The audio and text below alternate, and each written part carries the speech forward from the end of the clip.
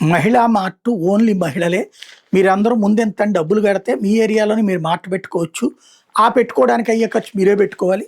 మాకు మీరు ఇచ్చే డబ్బులతో మీకు నెల నెలా జీతం ఇస్తాము.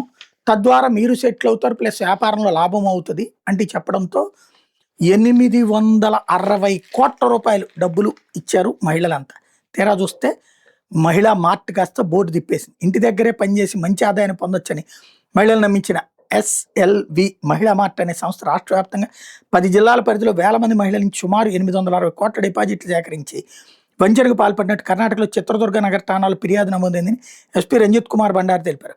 ఒక చిత్రదుర్గ జిల్లాలో 400 మంది నుంచి 70 కోట్లకు పైగా వసూలు చేసినట్టు ప్రాథమికంగా గుర్తించాం.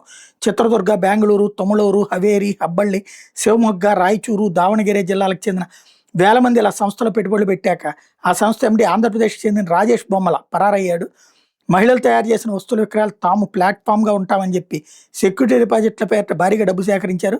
ఎక్కువ డిపాజిట్ చేసిన వాళ్ళకి ఎక్కువ వేతనం ఇస్తామని చెప్పడంతో మహిళలు ఆశపడి నష్టపోయారని వివరించారు.